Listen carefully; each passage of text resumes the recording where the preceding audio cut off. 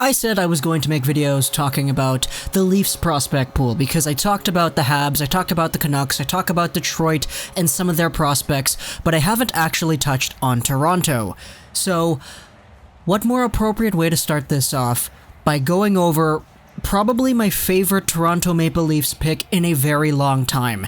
And it's not because I believe he's a steal or because he's going to be elite franchise generational, it's because of a few sentimental things. Nick Robertson was the Toronto Maple Leafs' first draft pick in this year's 2019 NHL Entry Draft. He was drafted with the 53rd overall pick as a 5'9", 161-pound center left winger.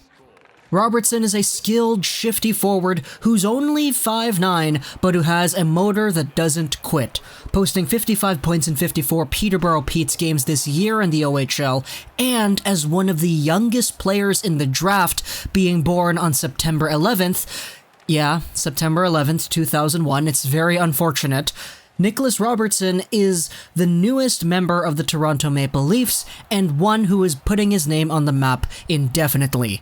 Not just in Toronto, though, because Nicholas Robertson, if you didn't know, is actually a Filipino-American. He was born in California, so he's American, but he does have that Filipino heritage, which is very prevalent when you're taking a look at pictures of the guy and everything, and that's so amazing to me, because as a Pinoy myself, I'm so happy to see this. If you didn't know already, I'm full Filipino. My parents are full Filipino. I was born in the Philippines. My family and I moved to Canada when I was a baby, so I was never really taught the language. I was only really taught English, but the cultural ties to the Pinoy idea, environment, and overall country still lay very deep within my soul. So seeing Nicholas Robertson as a Filipino coming into the NHL Entry Draft and getting drafted by the Toronto Maple Leafs is very, very special. So going forward into what exactly it is Nicholas Robertson can do, well, Robertson is one of the most skilled, slick, and hard-working players of this entire draft. His puck skills are so good. He's amazing at stick handling and deking his way through guys. Deking out goalies one-on-one is very nice to see too, and he's got an absolutely great shot. He's got this really interesting patented move where he comes in and he drags it. He does the toe drag shot so well, and he does it so much throughout the Peterborough Petes system and their season that it's just a staple of his game. The walk right in, toe drag snipe is amazing, and it's so cool to see every time he does it.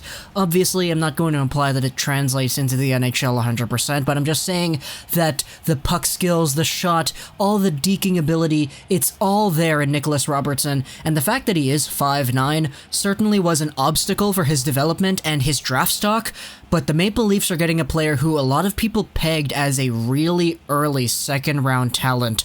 So the fact that he was able to drop this far was quite a shock to some people, and the fact that the Leafs were able to take him is so cool too. But aside from the offensive skill, the puck skills, and the overall offensive package, Nicholas Robertson is a guy who won't quit. He's got a motor that's always running, and even in the defensive zone, you can really see that he's got all the effort out there, laying it out on the line, and definitely putting the team first. Now, I will say that his defensive coverage isn't perfect. He does need to work on things defensively, but that's the thing though. NHL prospects, especially the ones taken after the first round, they always need to work on their defensive coverage, because if they had better defensive coverage, they would have been drafted earlier. Nicholas Robertson is no exception, but the fact of the matter is the effort is there, which makes it so that teaching him defensive IQ and learning the defensive game will be easier for him than others who don't necessarily have the same level of effort as Robertson does. Robertson has to exhibit this effort. He's 5'9". He's a guy that if he doesn't try hard, he's going to get shoved out there every time he steps on the ice.